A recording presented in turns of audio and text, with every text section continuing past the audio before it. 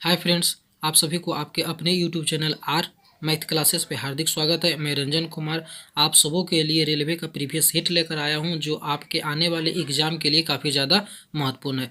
तो आइए इन सभी क्वेश्चनों का हम यहाँ से रिवीजन स्टार्ट करते हैं। आपके स्क्रीन पे जो पहला क्वेश्चन है, पहले हम लोग इसे समझते हैं, उसके बाद इसका सॉल्यूशन देखते हैं, इसका सॉल्यूशन किस प्रकार प्राप्त होता है। पहला क्वेश्चन क्या कह रहा है कि 50% अम्लीय वाले 9 लीटर द्रव में कितना पानी डाला जाए कि अम्लीय द्रव घटकर 30% रह जाए। आपका दिया हुआ था कि टोटल जो सॉल्यूशन था, घोल जो था, कितना लीटर का था? 9 लीटर का था आपका। ठीक है, टोटल घोल कितना है? 9 लीटर। तो इसमें जो अम्ल दिया हुआ आपका, अम्ल कह रहा है कि 50% इसमें अम्ल है।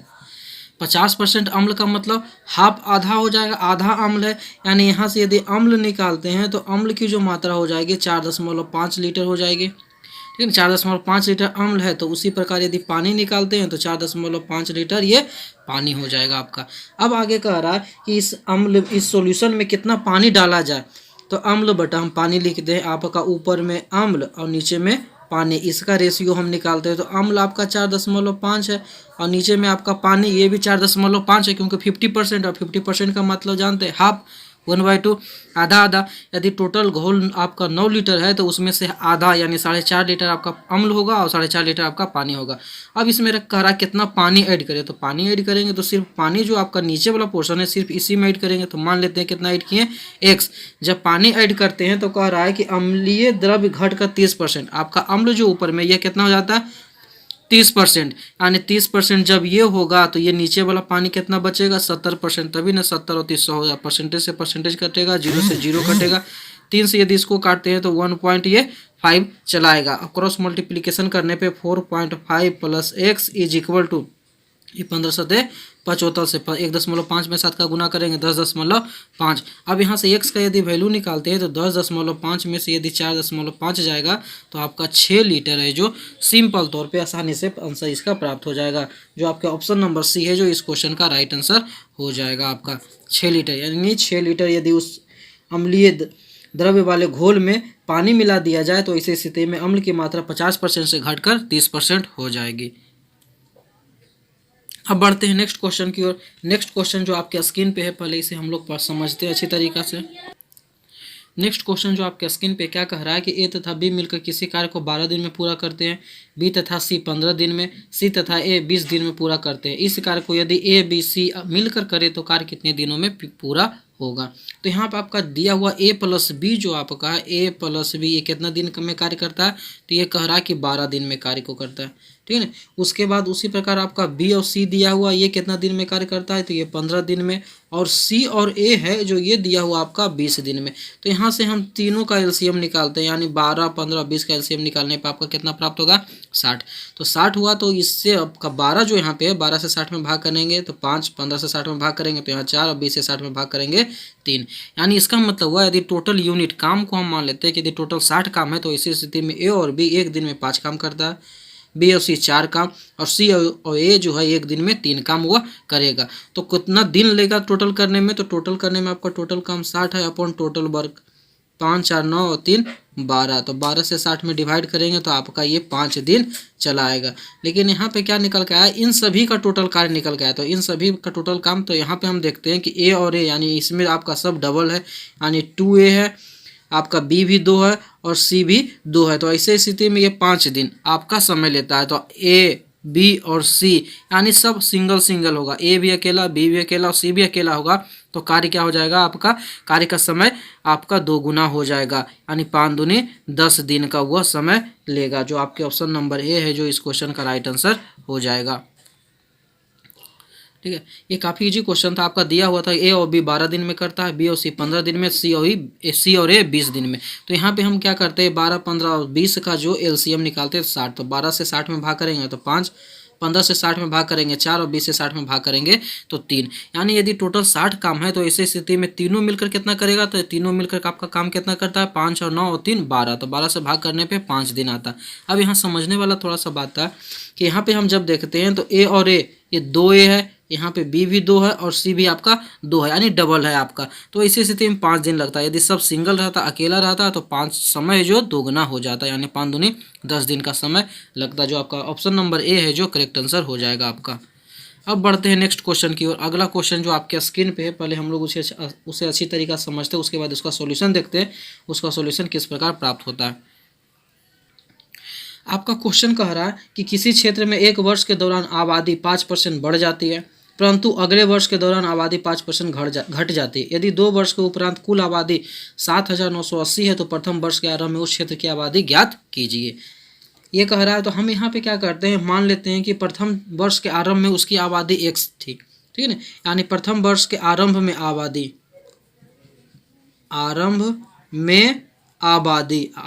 आबादी कितना मान लेते हैं, यहाँ पे हम मान लेते हैं x था। अब यहाँ पे कह रहा है कि प्रथम वर्ष में 5% बढ़ता है, तो 5% बढ़ने का मतलब 1 + 5/100 हो जाएगा, ठीक है। अब दूसरा वर्ष 5% घटता है, यानी 1 - 5/100 इज इक्वल टू टोटल आबादी कितना हो जाती है, 7,980। इस कंसेप्ट पे आपका बनेगा ये। यदि बढ़ेगा तो यहाँ प्लस करेंगे, घटेगा तो आपका माइनस करेंगे। दोनों में तो दोनों स्थिति में आपका 5% दर ही दिया हो, तो यहाँ भी 5 यहाँ भी 5 आपका रहेगा। सिंपल इसका सोल्यूशन यदि करते हैं तो आपका 5 से कैंसिल करेंगे 20, यानी इसको जोड़ने पे 20 और 1 21, यानी 21/20। यहाँ से भी कैंसिल करेंगे तो 20 में का गुना करेंगे 20 में से 1 जाएगा तो 19/20 इज इक्वल टू 7,980, ठीक है। अब इससे भाग करते हैं तो 19 से यदि इसको डिवाइड करेंगे तो 19 चौक 76, ठीक है। 19 दूनी 38, यानी 420 आएगा। 21 से इसको काटेंगे तो 21 दूनी 42, ठीक है। 2 बार में कट जाएगा, 1 0 हो जाएगा, तो x का वैल्यू निकल के आ जाएगा आपका 20 × 20, और ये वाला भी 20 आपका उधर जाएगा तो सब गुना में हो जाएगा, यानी 2 दूनी 4, 4 दूनी 8, 8 पे आपका 1 2 और 1 3 0 बैठ जाएगा, यानी 8,000 हो जाएगा। यानी उस वर्ष प्रथम वर्ष में उस क्षेत्र की आबादी जो थी कितनी थी, 8,000 थी। काफ़ी ये सिंपल क्वेश्चन था, खाली ध्यान क्या देना था, यदि प्रथम वर्ष में बढ़ेगा तो आपका 1 प्लस करेंगे, घटेगा तो माइनस करेंगे। यदि इसके बाद भी और रहता है कि तीसरे वर्ष ये होता है तो तीसरा वर्ष भी आपका वहीं करते हैं। यदि उसमें दर चेंज रहता आपका, जैसे इसमें तो 5% दोनों में था, उसमें कह देता कि तीसरे वर्ष भी दर है जो 10% के दर से 10% के हिसाब से बढ़ जाती है, तो 1 + 10/100 कर देते, यानी आर भी चेंज होते चला जाता आपका। इस प्रकार ऑप्शन नंबर जो है, ऑप्शन नंबर डी है जो इस क्वेश्चन का राइट आंसर हो जाएगा। अब बढ़ते हैं नेक्स्ट क्वेश्चन की। नेक्स्ट क्वेश्चन क्या कह रहा है उसे समझते हैं, उसके बाद हम लोग इसका सॉल्यूशन देखते हैं। आपका सिंपल क्वेश्चन है, कह रहा है कि जब समय 5 वर्ष बढ़ जाता है तो 170 रुपया प्रसाधन ब्याज 17 रुपया बढ़ जाता है। प्रतिवर्ष की दर ब्याज ज्ञात करें। प्रतिवर्ष की दर ब्याज ज्ञात करें। आपका ब्याज ज्ञात करने के लिए कह रहा है, तो 5 वर्ष आपका दिया हुआ है कि 5 वर्ष में, ठीक है, 5 वर्ष में क्या होता है, 170 रुपया पर है जो ब्याज है जो कितना बढ़ जाता है, तो अब कह रहा है ब्याज 17 रुपया बढ़ जाता है। यानी 5 वर्ष में 170 रुपया पर ब्याज है जो 17 रुपया क्या होता है, ये बढ़ जाता है। अब बताइए 5 वर्ष में 17 रुपया बढ़ा है, तो 1 वर्ष में यदि निकालते हैं तो 1 वर्ष में कितना बढ़ेगा, यानी 17/5 रुपया। 1 वर्ष में इतना रुपया ब्याज होगा। 5 वर्ष में ब्याज होता है 170 का 17 रुपया, तो 1 वर्ष का ब्याज 17/5 रुपया हो जाएगा। ये 17/5 रुपया क्या हो जाएगा, 1 साल का ब्याज हो जाएगा ये। तो 1 साल का ब्याज हो जाएगा। और मूलधन कितना रहेगा, मूलधन तो 170 ही रहेगा, 170 रुपया, ठीक है। टाइम आपका मालूम है, मूलधन मालूम है और आपका ब्याज मालूम है, तो सीधे SI वाला कंसेप्ट लगाएंगे। SI = P × R × T/100। SI कितना निकाल के लाए, 17/5 रुपया। P के जगह पे आपका 170 और R के जगह पे आपका, R हमको मालूम नहीं निकालना, और T के जगह पे 1/100। 1 0 से 1 0, 17 से 17 कैंसिल करेंगे, 5 से 10 को कैंसिल करेंगे 2 बार में, यानी यहाँ से सीधे तौर पे R निकल के आ जाएगा, R = 2%, जो आपके ऑप्शन नंबर डी है जो इस क्वेश्चन का राइट आंसर हो जाएगा। ठीक है, काफ़ी सिंपल क्वेश्चन था। क्या कह रहा था कि 5 वर्ष में है जो 170 रुपया का ब्याज है जो 170 रुपया बढ़ जाता है। 5 वर्ष में 170 रुपया का ब्याज कितना बढ़ता है, 17 में। तो हम यहाँ से निकालते हैं कि 1 वर्ष का जब 70 रुपया 170 का ब्याज होता है 5 साल में, तो 1 वर्ष में ब्याज कितना होगा, तो 17/5 रुपया 1 साल का ब्याज होगा। किसका होगा, तो 170 रुपया, यानी 170 रुपया यहाँ पे मूलधन हो जाएगा। समय आपका 1 वर्ष हो जाएगा और ब्याज दिया हो, तो सीधे SI के सहयोग से हम लोग यहाँ पे फार्मूला के मदद से यहाँ पे R निकालते हैं, तो R है जो आपका आसानी से 2% निकल कर चला आता है, जो ऑप्शन नंबर डी है जो इस क्वेश्चन का राइट आंसर है। अब बढ़ते हैं नेक्स्ट क्वेश्चन की ओर। नेक्स्ट क्वेश्चन जो आपके स्क्रीन पे पहले इसे हम लोग समझते हैं, उसके बाद इसका सॉल्यूशन देखते हैं, इसका सॉल्यूशन किस प्रकार प्राप्त होता है। नेक्स्ट क्वेश्चन जो आपके स्क्रीन पे क्या कह रहा है कि एक वस्तु को 25% लाभ पर बेचा जाता है। एक वस्तु को 25% के लाभ पर बेचा जाता है। ठीक है। यदि विक्रय मूल्य को दोगुना कर दिया जाए तो लाभ क्या होगा। विक्रय मूल्य को यदि दोगुना करते हैं तो ऐसे स्थिति में लाभ हमको ज्ञात करना है कि लाभ क्या होगा। तो हम यहाँ मान लेते हैं कि मानते हैं सीपी आपका 100 रुपया है, सीपी कितना है, यानी उस वस्तु को खरीदा 100 में। अब यहाँ पे कह रहा है कि 25% लाभ पर बेचा। 25% किस पर बेचता हुआ, लाभ पर। तो लाभ का तो हिसाब जानते हैं, पर लाभ का मतलब क्या होता है, 100 में 25 रुपये का फायदा, यानी इस वस्तु को वह बेचेगा कितना में, 125 रुपया में वह बेचेगा। अब यहाँ पे कह रहा है कि यदि विक्रय मूल्य को दोगुना कर दे, यानी विक्रय मूल्य जो 125 में बेचते थे इसको 125 में न बेच करके इसका दोगुना, तो दोगुना का मतलब अब 250 रुपया हो जाएगा। दोगुना का मतलब दोगुना करने पे कितना हो जाएगा, 250 रुपया में यदि हम बेचते हैं, यानी नया एसपी यदि 250 रुपया होगा, तब कह रहा है कि प्रतिशत लाभ क्या होगा। तो अब बताइए, सीपी तो 100 रुपया में खरीदा था और बेच रहा है उसको कितना में, 250 में, यानी प्रॉफिट कितना होगा आपका, तो प्रॉफिट आपका 150 रुपया हो जाएगा। ठीक है, सिंपल हम लोग निकालते हैं एसपी माइनस सीपी, 250 में से 100 जाएगा तो 150 रुपया। प्रॉफिट परसेंट का यदि बात करते हैं तो प्रॉफिट परसेंट बराबर प्रॉफिट आपका 150 अपॉन सीपी 100 इंटू 100, 0 से 0 कट जाएगा सीधे आपका, यानी 150% ही इसका प्रॉफिट हो जाएगा, जो आपके ऑप्शन नंबर सी है जो इस क्वेश्चन का राइट आंसर हो जाएगा। वैसे भी यहाँ हम 100 पर जब हिसाब कर रहे हैं तो सीधे तौर पे जो लाभ होगा वही लाभ प्रतिशत भी होगा, इसको निकालने की कोई आवश्यकता ही नहीं थी आपको। यहाँ पे सिंपल क्वेश्चन था आपका, सीपी 100 रुपया दिया हुआ था, कह रहा 25% ज़्यादा पर यदि बेचता है, ठीक है ना, तो 25% ज़्यादा का मतलब यानी 25% लाभ पर बेचता है, तो लाभ पर बेचेगा यानी 100 का सामान 125 में बेचेगा। अब वो कह रहा है कि यदि वही सीपी को एसपी को दोगुना कर दे, यानी जो 125 में बेच रहा था उस वस्तु को अब 125 में न बेच करके 250 में बेचे, तो ऐसे स्थिति में लाभ क्या होगा। तो जब 250 में बेचेगा तो क्रय मूल्य तो 100 का 100 ही रहेगा, तो यहाँ से लाभ हम लोग निकाल लिए, लाभ निकाले 150 रुपये। जब लाभ 150 होगा तो प्रॉफिट परसेंट भी आपका 150% हो जाएगा। ऑप्शन नंबर सी है जो इस क्वेश्चन का राइट आंसर है। अब बढ़ते हैं नेक्स्ट क्वेश्चन की ओर। नेक्स्ट क्वेश्चन जो आपके स्क्रीन पे है, क्या कह रहा है कि दिलीप एक रेडियो उसकी कीमत के 3/4 भाग में खरीदता है, ठीक है, तथा इसको उसकी वास्तविक कीमत से 20% अधिक पर बेचता है, उसका लाभ प्रतिशत क्या है। मान लेते हैं कि माना सीपी, यानी सीपी है जो घड़ी उस वस्तु का 100 रुपया यदि मान लेते हैं, ठीक है, सीपी कितना मान लिए 100 रुपया में। तब कह रहा है कि घड़ी रेडियो किस कीमत पर खरीदता है, तो वो खरीदा जो किस कीमत पर खरीदा, तो जो सीपी है उसका 3/4 मूल्य पे खरीदा, यानी 3/4 का मतलब 4 से कैंसिल करेंगे 25, 25 या 75, यानी 100 रुपया के सामान वो खरीदा कितना में, तो 75 रुपया में वो खरीदता है। अब आगे कह रहा था इसको इसकी वास्तविक कीमत से 20% अधिक पर बेचता है, यानी वास्तविक कीमत पहले तो 100 था, तो यानी 100 रुपया तो जो था तो उससे 20% अधिक, तो 20% अधिक का मतलब कितना में बेचेगा वो, 120 रुपया में उस वस्तु को बेचेगा। वास्तविक कीमत, वास्तविक ओरिजिनल प्राइस ये है, ठीक है ना, ओरिजिनल प्राइस ये है घड़ी का, ठीक है, तो इसके 120% अधिक पे, यानी 100 का 20% अधिक 120 में वो बेचेगा। तब कह रहा है कि उसे कितना प्रतिशत लाभ होगा। तो सबसे पहले यहाँ हम प्रॉफिट की बात करते हैं कि प्रॉफिट कितना होगा उसके लिए। तो प्रॉफिट क्या होता है, एसपी बेचा इतना में, और लेकिन उस एक्चुअल में खरीदा था कितना में, 75, तो 120 माइनस 75, यानी 120 में से आपका 75 जाएगा, तो यहाँ पे सिंपल तौर पे आपका 45 चलाएगा, ठीक है, यानी 45 रुपया का उसको प्रॉफिट होता है। तो प्रॉफिट परसेंट का बात करते हैं, तो प्रॉफिट परसेंट जो होगा प्रॉफिट अपॉन सीपी, सीपी आपका 75 है, गुना 100, 25 या 75, 25 चौक 100, 3 से काटेंगे, 15 या 45 और 15 चौक 60%, यानी उसको घड़ी रेडियो को खरीद बेचने में 60% का फायदा होता है, जो आपके ऑप्शन नंबर सी है जो इस क्वेश्चन का राइट आंसर हो जाएगा। काफ़ी सिंपल ये क्वेश्चन था, सिंपल दिया हुआ था कि 100 रुपया यदि सीपी मानते हैं और खरीदता है, लेकिन कितना, जितना सीपी रहता है उसका 3/4, तो 3/4 निकालने पे 75 रुपये चला आता है। लेकिन यहाँ पे कह रहा है जो उस घड़ी का जो वास्तविक कीमत था उससे 20% अधिक पर बेचता है, यानी 100 रुपया उसका वास्तविक कीमत था तो बेचा 120 रुपये में। जब 120 रुपया एसपी है तब यहाँ इस स्थिति में प्रॉफिट उसको कितना होगा, तो 120 माइनस 75, क्योंकि वो खरीदा था, एक्चुअल प्राइस उसके लिए सीपी ये था, तो इसी से उसकी लाभ या हानि की तुलना होगा, तो 120 में से 75 जाएगा, तो 45 रुपया आपका यहाँ पे क्या चलाता है, प्रॉफिट चलाता है। जब 45 रुपया प्रॉफिट है तो प्रॉफिट परसेंट की बात करेंगे। यदि प्रॉफिट परसेंट हम लोग क्या करते हैं, प्रॉफिट बाई सीपी, तो प्रॉफिट आपका 45 और सीपी आपका उसके लिए 75 और इंटू 100, इसको सोल्यूशन करने पे आपका 60% चलाता है, जो ऑप्शन नंबर सी है जो इस क्वेश्चन का राइट आंसर हो जाएगा। अब बढ़ते हैं नेक्स्ट क्वेश्चन की ओर। नेक्स्ट क्वेश्चन जो आपके स्क्रीन पे पहले इसे हम लोग समझते हैं, उसके बाद इसका सोल्यूशन देखते हैं, इसका सोल्यूशन किस प्रकार प्राप्त होता है। नेक्स्ट जो प्रश्न आपके स्क्रीन पे है, क्या कह रहा है, ए बी और ए बी का रेशियो अनुपात दिया हुआ है, यानी ए अनुपात बी जो है आपका 3:4, 3:4 है। दूसरा में आपका क्या कह रहा है कि बी सी का जो रेशियो है 5:6 है। तब ऐसे स्थिति में पूछ रहा है ए बी सी का अनुपात क्या होगा। काफ़ी सिंपल क्वेश्चन है। तो इसी स्थिति में यदि ए बी सी का अनुपात हम लोग निकालते हैं, ठीक है ना, यहाँ पे अनुपात निकालते हैं तो क्या करते हैं, यहाँ पे बी का जो वैल्यू है इसको बैलेंस करते हैं, यानी संतुलित करते हैं। तो यहाँ 4 है, बी यहाँ 5 है, तो इसको बैलेंस करने के लिए 5 से यहाँ मल्टीप्लाई, 4 से यहाँ, 4 5 20, 5 20, इस प्रकार बैलेंस होगा। जब इससे गुना करेंगे तो टोटल में हमको गुना करना होगा।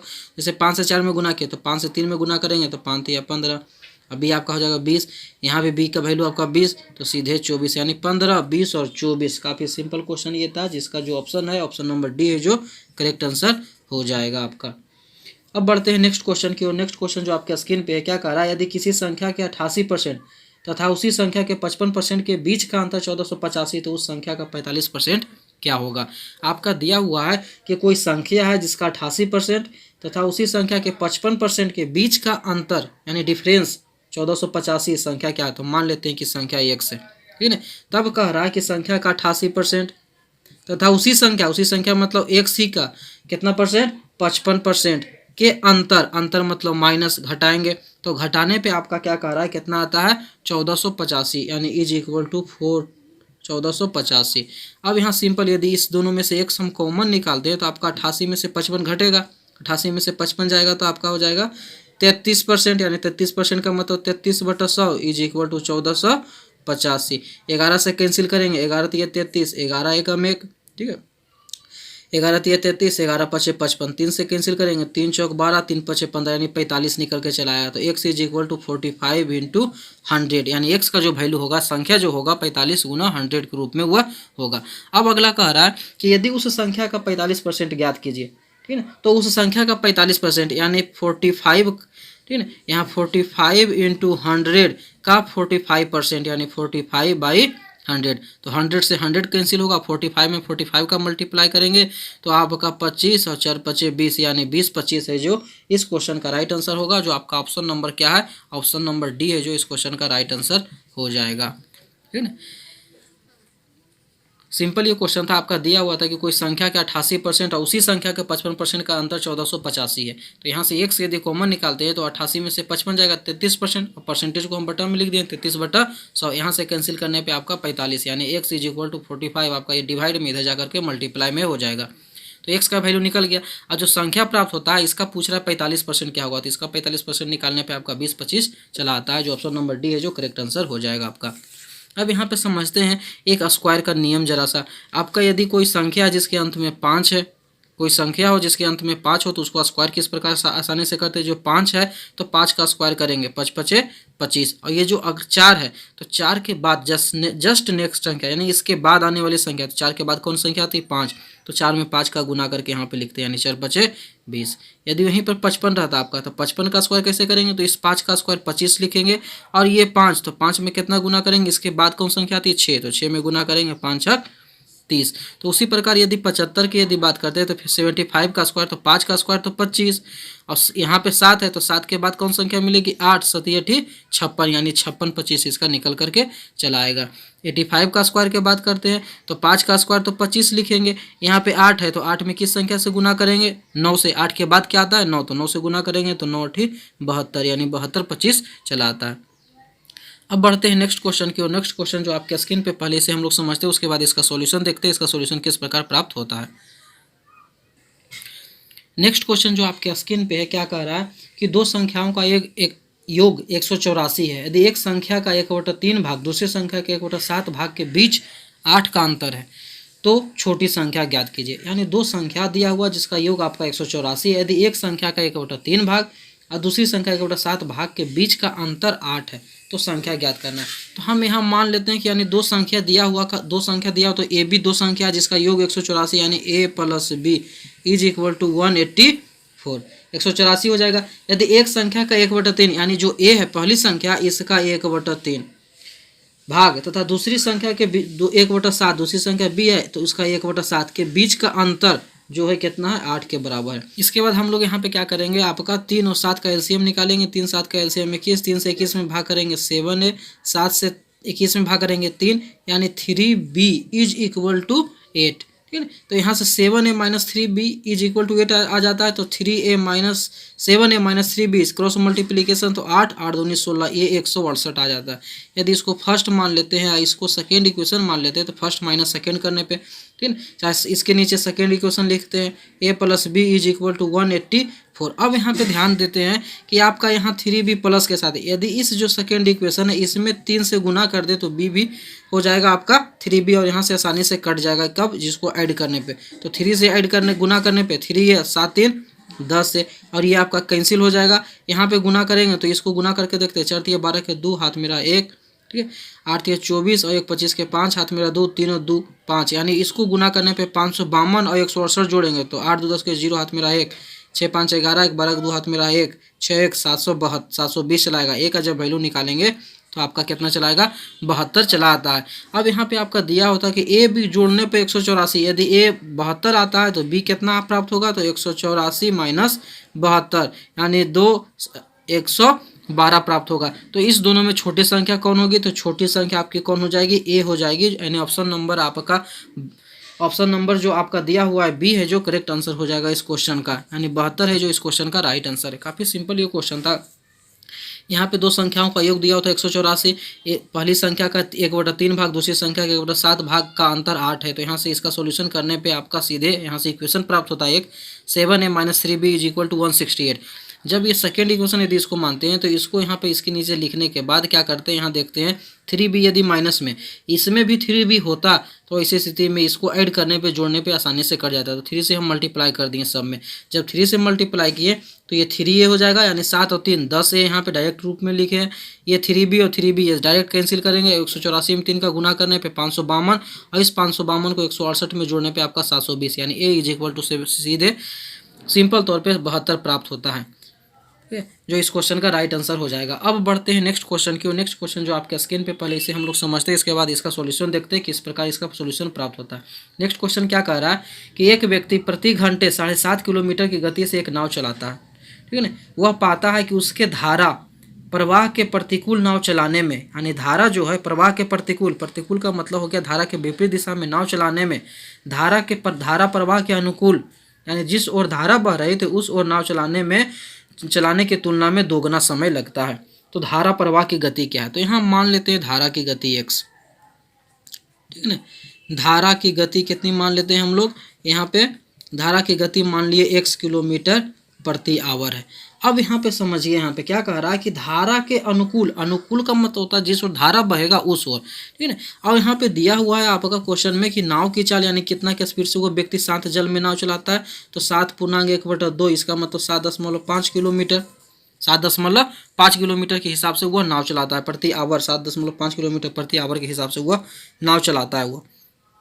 अब यहाँ पे कहता है कि धारा के प्रतिकूल नाव चलाने में, तो धारा के प्रतिकूल यदि नाव चलाएगा, यदि डिस्टेंस हम d मान लेते हैं तो धारा के प्रतिकूल जाएगा, तो इसी स्थिति में क्या होता है जो नाव की चाल होती है उसमें से धारा की गति घट जाएगी, प्रतिकूल जाने में विपरीत दिशा में जाने में क्या होता है घट जाएगा। वही अनुकूल जाएगा, यदि तो अनुकूल जाएगा तो आपका क्या होता है जुट जाता है। अब बताइए धारा के प्रतिकूल जाने जाता है और अनुकूल यहाँ पे जाता है, तो क्वेश्चन में कह रहा है कि धारा के प्रतिकूल जाने में आपको ज़्यादा समय लगेगा, किसकी तुलना में धारा के अनुकूल जाने में कितना ज़्यादा समय लगता है, 2 गुना ज़्यादा समय। ये 2 गुना ज़्यादा है, तो 2 गुना ज़्यादा है तो बैलेंस करने के लिए 2 से इधर हम गुना करेंगे।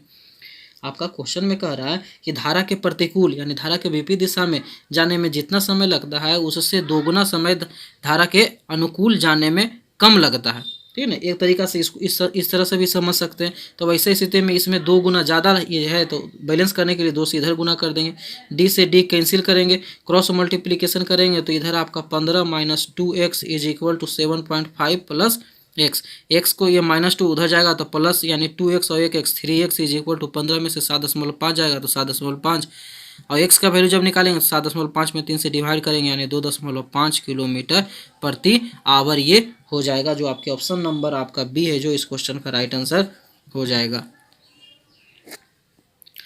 अगला क्वेश्चन जो आपके स्क्रीन पे क्या कह रहा है कि 9% दर पर 2 साल के लिए निवेश की गई धनराशि पर साधारण ब्याज जो था 117 था, तो निवेश की गई धनराशि क्या थी, यानी 9% आपका दिया हुआ क्वेश्चन में क्या है, आर जो है 9% है, आर इज इक्वल टू 9%, ठीक है ना। अब निवेश कितने साल के लिए करता है, तो जो ये है जो 2 साल के लिए करता है, 2 साल पे निवेश करता है तो एस आई यानी ब्याज के रूप में कितना राशि प्राप्त होता है, तो ब्याज के रूप में 117 रुपया इसे प्राप्त होता है। तो निवेश की गई धनराशि क्या है, यानी पी इज इक्वल टू वाट ज्ञात करना है, पी हमको निकालना है। तो सिंपल एस आई का फॉर्मूला हम लोग लगाएंगे, S I is equal to P into R into T by 100। तो एस आई के जगह पे आपका दिया हुआ क्वेश्चन में 117 है, पी हमको निकालना है तो पी के जगह पी, आर आपका 9 है और टी के जगह पे 2/100। 9 से काटेंगे, ठीक है ना, 9 एकम 9, 13 17 से 2 से काटेंगे 50 और P is equal to cross multiplication करने पे 13 और में 50 का गुना करेंगे, 13 5 65, 650 रुपया प्राप्त हो जाएगा, जो कि ऑप्शन नंबर ए है जो इस क्वेश्चन का राइट आंसर हो जाएगा।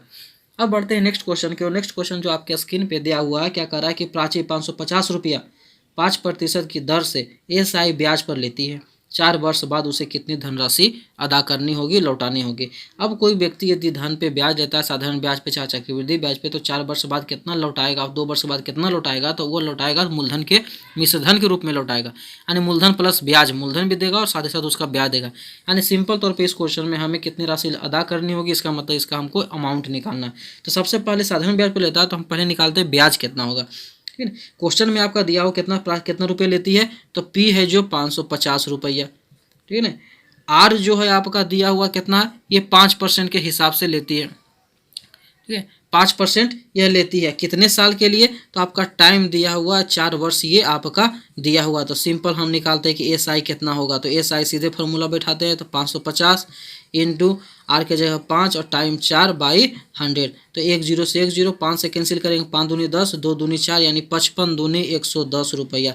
यानी यदि 550 रुपया 4 वर्ष के लिए 5% के दर से लेगी तो उसे 110 रुपया ब्याज देना होगा। तो कितना रुपया लौटाएगी, यानी अमाउंट उसको लौटाना होगा। तो एस आई प्लस पी, जो आपका एस आई है आपका, सॉरी एस आई या पी, किसी को पहले लिख दे तो हम पी ही लिख देंगे 550 रुपया, एस आई आपका 110 रुपया। तो इसको जोड़ने पे 660 रुपया इसका प्राप्त हो जाता है, जो कि ऑप्शन नंबर आपका सी है जो करेक्ट आंसर हो जाएगा। इस क्वेश्चन का राइट आंसर आपका ऑप्शन नंबर सी हो जाएगा। काफ़ी इजी क्वेश्चन था ये भी। अब बढ़ते हैं नेक्स्ट क्वेश्चन की। जो नेक्स्ट क्वेश्चन आपके स्क्रीन पे क्या कह रहा है, इसे हम लोग समझते हैं, उसके बाद सॉल्यूशन देखते हैं इसका सॉल्यूशन किस प्रकार प्राप्त होता है। जो आपका क्वेश्चन दिया हुआ है कि 2 संख्याओं का योग 9 है और उनके व्युत्क्रमों का योग 1/2 है, तो उनमें से एक संख्या क्या है। 2 संख्याओं का योग 9 है, तो ये हम मान लेते हैं जैसे संख्या आपका ए और बी, 2 संख्या, इसको जोड़ने पे आपका कितना प्राप्त होता है, ये 9 प्राप्त होता है, ठीक है ना। इनके व्युत्क्रमों का योग, व्युत्क्रम से उल्टा, तो 1/a upon 1/b is equal to 1/2, उनके व्युत्क्रमों का योग 1/2 प्राप्त होता है। तो यहाँ से ए बी का एलसीएम निकालने पे आपका ए बी ही होगा, ए से बी, ए इसमें डिवाइड करने पे ए से ए कैंसिल होगा तो आपका बचेगा बी, और बी से बी डिवाइड करने पे बी कैंसिल होगा, बचेगा ए इज इक्वल टू 1/2। तो b प्लस ए का वैल्यू आपका ऊपर में दिया हो 9, तो इसके ऊपर 9 upon A B is equal to 1/2।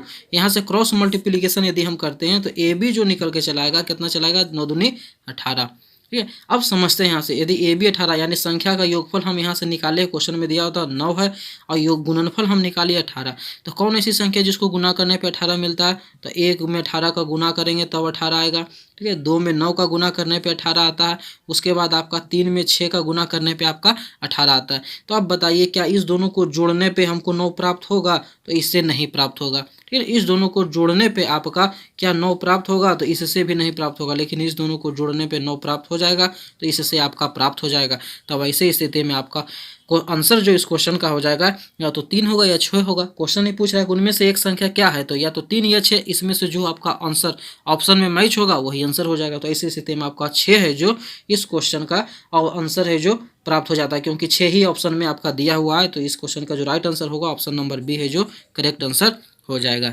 ये था आज का सेशन। आशा करता हूँ कि आज का सेशन आपको पसंद आई होगी। यदि पसंद आई होगी तो प्लीज़ वीडियो को लाइक करें, शेयर करें, साथ ही साथ चैनल को सब्सक्राइब करना न भूलें। वीडियो देखने के लिए आपका बहुत बहुत धन्यवाद।